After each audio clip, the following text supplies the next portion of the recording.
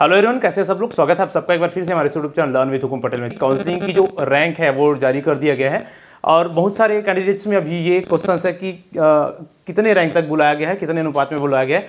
सारे पॉइंट्स को one by one discuss करते हैं कि क्या क्या बेसिकली चीज़ें हैं, कौन कौन सी बातें जानने लायक है और आने वाली जो सूची है, सेकेंड सूची, वो कब तक आएगी। सबसे इंपॉर्टेंट और सबसे ज्यादा पूछे जाने वाले क्वेश्चन है। सारी चीजों को डिस्कस कर लेते हैं करके कि कौन कौन सी चीजें और आगे क्या क्या चीजें अभी होने वाली है।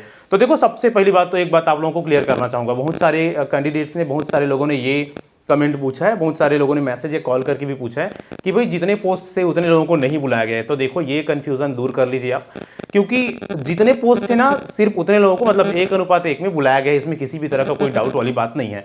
तो आपके पोस्ट कम क्यों लग रहे हैं, ये बेसिक सा क्वेश्चन है कि हमारे पोस्ट कम क्यों लग रहे हैं। देखिए, जो जितने भी पोस्ट थे ना, उसमें पीएच वालों का भी पोस्ट निकाला गया है। सिंपल सी बात, इस बात को आप लोग ध्यान में रखिएगा, ठीक है, कि जो पीएच कैंडिडेट है उनका भी पोस्ट निकला है। अगर जैसे अपन बात करें एसटी कैंडिडेट का, एसटी वालों का कहना है कि बहुत सारे लोगों को कम। अच्छा, इससे पहले भी एक और बहुत ही इंपॉर्टेंट बात ये हो जाती है कि देखो, ये एक ना डाउट वाली स्थिति निर्मित हुई थी बहुत पहले बहुत सारे लोगों के मन में कि जो पीएच का पोस्ट है वो किस तरह से लिए जाएंगे, है ना। जो पीएच का पोस्ट है वो कैसे लिया जाएगा, क्या ओवरऑल जितने पीएच है उन लोगों को उठा लिया जाएगा जो टॉप पीएच का रैंकर है उन लोगों को, या तो पीएच वालों का जो पोस्ट है वो कैटेगरी वाइज लिया जाएगा।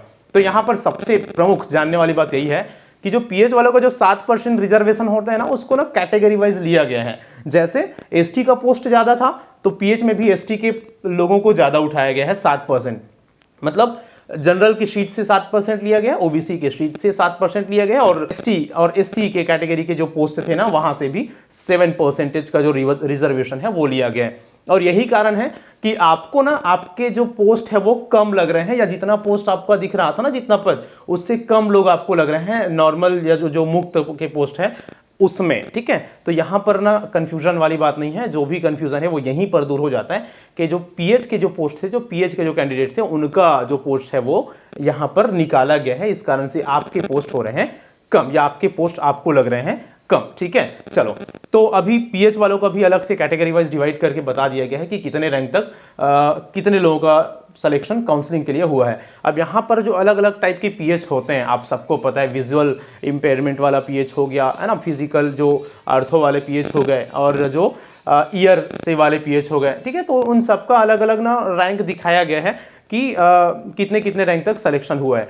अच्छा, जब पीएच वालों के लिए भी ये एक पीएच वालों को ये उम्मीद था कहीं ना कहीं कि ना ओवरऑल पीएच वालों को लिया जाएगा, कैटेगरी वाइज नहीं लिया जाएगा, ठीक है। तो ओबीसी और जनरल के जो पीएच थे उन लोगों को थोड़ा सा ज़्यादा एक्सपेक्टेशन था कि ज़्यादा रैंक तक उन लोगों का नंबर आ सकता है, लेकिन ऐसा नहीं हुआ है।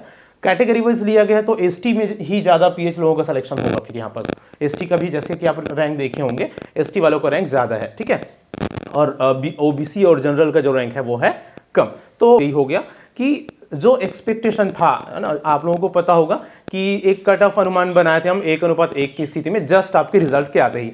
देखो, वो वाला जो कट ऑफ अनुमान था ना, जस्ट रिजल्ट के आते ही बहुत सारे कैंडिडेट्स का ये निवेदन था, ये अनुरोध था, है ना, बहुत सारे लोगों ने रिक्वेस्ट किया था कि सर जल्दी से कट ऑफ बताइए। तो उस टाइम में जल्दी में हमने पीएच को अलग करना भूल गए थे हम, ठीक है। मतलब पीएच वालों का जो पोस्ट था ना, उसको अलग नहीं कर रहे थे। मतलब एक मोटा मोटा अनुमान था कि भाई इतने नंबर तक आपके सिलेक्शन हो सकते हैं, है ना। जनरल में बात करें, ओबीसी में बात करें, एसटी एससी सब में बात करें, ठीक है। एक अनुमानित, एक मोटा मोटा अनुमान लगाया था कि इतने नंबर तक सिलेक्शन हो सकता है, और लगभग उतने नंबर तक ही सिलेक्शन हुआ है। देखो, उसमें हमने फीमेल रिजर्वेशन की जो बात हुई थी, फीमेल रिजर्वेशन में ये कहा गया था कि जो मुक्त के पोस्ट होते हैं 33% या 30% जो फीमेल रिजर्वेशन है, उसमें जो जनरल के जहां से जो बच जाएंगे, मतलब जनरल या मुक्त में सिलेक्शन से जितने परसेंट फीमेल बच जाते हैं उतने परसेंट को आपके फीमेल कैटेगरी से उठाया जाएगा, है ना, या लिया जाएगा।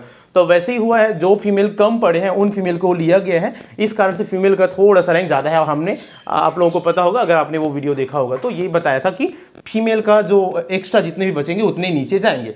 तो लगभग वही हुआ है, फीमेल का लगभग 50-100 पोस्ट कैटेगरी वाइज नीचे गया है। 801 तक मेल का आया है इसमें, किसमें, जनरल मुक्त में। अब यहाँ पर 801 इसलिए क्योंकि बीच से पीएच का भी पोस्ट निकल गया, ठीक है। फीमेल की अगर हम बात करें तो 950 ओवरऑल रैंक तक फीमेल का आ गया मुक्त पोस्ट या यूआर के पोस्ट में। ओबीसी में 1599, लगभग 1600 तक का आ गया किसका, मेल का, और फीमेल का आ गया लगभग 1726, 1750 के आसपास। तो ये अनुमानित डेटा था 1800 से 1900 तक का, बिना पीएच को निकाले हमने अनुमान लगाया था ओबीसी में, ठीक है। तो पीएच को जब अलग कर देंगे तो उसी टाइम से ये क्लियर हो गया था, हमने वहां पर मेंशन भी कर दिया था कि पीएच वाले अलग से निकलेंगे करके उस वीडियो में, है ना। तो जितने पीएच निकलेंगे उतने पोस्ट कम हो जाएगा, ये मेंशन कर दिया गया था। तो वही बातें हुई है, जितने पीएच वाले कम हुए यहाँ पर ना, उतना पोस्ट यहाँ पर जो हम जो ओवरऑल रैंक बताए थे ना, उससे कम हो गया है, ठीक है। उसके बाद एससी में भी चले और एसटी में भी चले तो लगभग वही सेम सी बातें हुई है, ठीक है, कि जो एस्टिमेटेड हमने एक अनुमान लगाया था उसके आसपास ही पीएच को निकालने के बाद चीजें हुई है, ठीक है। तो यहां पर कोई दिक्कत वाली और कोई शंका वाली बात नहीं है कि इस रैंक तक और क्या क्या चीजें देखने को मिली है। अब ये तो बात हो गई भाई अभी वाला जो प्रथम सूची का लिस्ट था। सेकेंड बात मैं उन लोगों के लिए बोलना चाहूंगा जिनका नाम इस लिस्ट में नहीं आया है। देखिए, जिनका नाम प्रथम सूची में नहीं आया ना, उनको बिल्कुल भी हताश या निराश होने की जरूरत नहीं है। बहुत ही जल्दी एक और सूची आने वाली है, आप लोगों का भी नाम आने वाला है। सेकंड सूची की अगर हम बात करें कि भाई वो कब तक आने की उम्मीद है, तो देखो जैसे कि व्याख्याता का था 4 अगस्त तक आपका वेरिफिकेशन हुआ था कंप्लीट, है ना, लेक्चरर्स के, और 9 अगस्त को ना दूसरी सूची का वेरिफिकेशन चालू कर दिया गया था तुरंत। तो हम अब उम्मीद क्या करेंगे, 23 अगस्त तक आपका वेरिफिकेशन है शिक्षक पोस्ट का, 23 अगस्त में काउंसलिंग है शिक्षक पोस्ट का, है ना। 23 अगस्त में काउंसलिंग कराने के जस्ट कुछ अगले वीक में वेरिफिकेशन की प्रोसेस स्टार्ट हो जाएगी, और वेरिफिकेशन के प्रोसेस में जितने भी अपात्र निकलेंगे तुरंत विद इन 4 to 5 डेज या विद इन 1 वीक क्या कर दिया जाएगा, सेकेंड सूची जारी कर दी जाएगी। तो अगर हम यहाँ पर अनुमान लगाएं तो 23 तक आपकी काउंसलिंग है, इस महीने के लास्ट तक आपका वेरिफिकेशन का प्रोसेस चालू हो जाएगा या कंप्लीट हो जाएगा, लगभग प्रोसेस में हो जाएगी, ठीक है। 5 सितंबर तक अगर शिक्षक को ज्वाइनिंग देना है, ठीक है, तो क्या किया जाएगा, उससे पहले वेरिफिकेशन कंप्लीट कराया जाएगा, मतलब 5 सितंबर से पहले वेरिफिकेशन कंप्लीट हो जाएगा। 23 से लेकर लास्ट जो मंथ है, इस मंथ के लास्ट तक वेरिफिकेशन के प्रोसेस कंप्लीट कराए जाएंगे, उस तभी तो 5 सितंबर तक ज्वाइनिंग की प्रोसेस हो पाएगी, है ना। 5 सितंबर के ज्वाइनिंग के प्रोसेस के साथ ही साथ दूसरी सूची की भी चीजें चालू हो जाएगी, इस बात का क्लेरिफिकेशन है फिलहाल। देखो, शिक्षक के बाद सहायक शिक्षक का करने का इरादा है ना, तो इसके बाद ही सहायक शिक्षक का सारी चीजें चालू होगा। तो 5 सितंबर को जो ज्वाइनिंग लेटर मिलने वाली बात है वो शिक्षक के साथ संभव होते नजर आ रही है फिलहाल, ठीक है।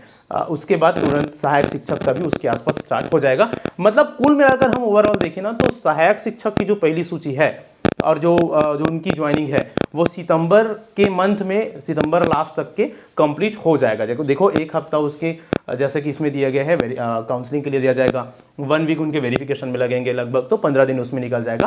फिर आगे के 1 वीक या 10-15 दिन किसके लिए रहेंगे, ज्वाइनिंग के लिए रहेंगे। तो सितंबर सितंबर लास्ट तक सहायक शिक्षक के भी ज्वाइनिंग पूरी संभावना रहेगी, इस बात का क्लेरिफिकेशन है, ठीक है। तो ये तो हुई बात सहायक शिक्षक का कितने टाइम तक होने का है। यही करते हैं कि जो हम अभी चर्चा कर रहे हैं उसी के इर्द गिर्द या उसी के आसपास सारी चीजें चले, तो ज्यादा घबराने और हड़बड़ाने की बातें नहीं है जिनका इस सूची में नाम नहीं आया। दूसरी, तीसरी, चौथी, पांचवी, 4 से 5 अलग अलग सूची आनी है। तो पहले जो हमने एस्टिमेटेड अनुमान लगाया था कि इतने रैंक तक का आ सकता है, उतने रैंक तक के बिल्कुल संभव है। बहुत सारे लोग अपात्र है इसमें, ठीक है, लगभग 20% मिनिमम अपात्र होते हैं पिछले रिकॉर्ड की अगर हम बात करें तो उस हिसाब से बहुत सारे लोग अपात्र होने वाले हैं। तो बहुत नीचे तक सहायक शिक्षक का भी और शिक्षक का भी रैंक जाने वाला है। दूसरी सूची में कितने नंबर तक के सिलेक्शन का उम्मीद हम करेंगे, एक अनुमानित अपात्रता की सूची देखें या अपात्रता अनुमान लगाए तो उसका वीडियो हम नेक्स्ट क्लास में एनालाइज करेंगे कि सेकेंड सूची में कितने रैंक तक के लोगों का सिलेक्शन होने का संभावना है, किसमें, शिक्षक के पोस्ट में। चलिए, तो फिर आई होप की सारी चीजें आप लोगों को क्लियर होगा। मिलते हैं फिर नेक्स्ट वीडियो में, तब तक के लिए thank you so much. Channel में अगर न्यू है तो हमारे साथ जरूर बने रहिए। वीडियो अच्छा लगा हो तो एक लाइक जरूर करिए और शेयर जरूर कर सकते हैं। Thank you.